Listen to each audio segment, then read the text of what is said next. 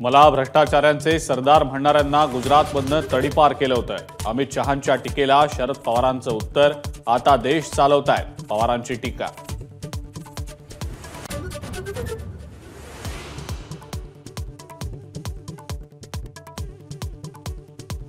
लाडकी बहीण योजनेसाठी दरवर्षी 46,000 कोटी कुठून आणणार? योजनेच्या मंजुरीपूर्वीच अर्थ विभागानं आक्षेप घेतल्याची चर्चा। भाजप आणि शिंदेंच्या शिवसेनेकडून टीकेचा सूर।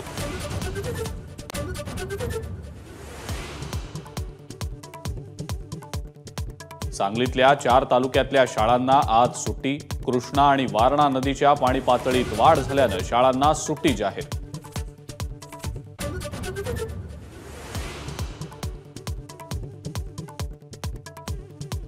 गेल्या 17 वर्षांपासून रखडलेल्या मुंबई गोवा राष्ट्रीय महामार्गासाठी पुन्हा नवीन डेडलाईन।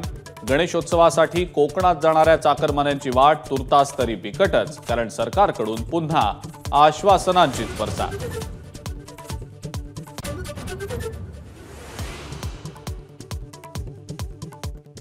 नवी दिल्लीमध्ये आज नीती आयोगाची महत्त्वाची बैठक। पंतप्रधानांच्या नेतृत्वात बैठकीचं आयोजन। देशातल्या विविध राज्यातले मुख्यमंत्री उपस्थित राहणार।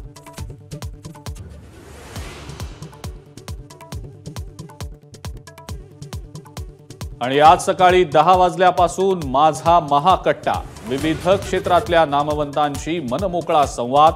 माझा कट्ट्याचा 12 वर्षांचा प्रवास, महासोहळा दिवसभर एबीपी माझावर। एबीपी माझा, उघडा डोळे बघा नीट।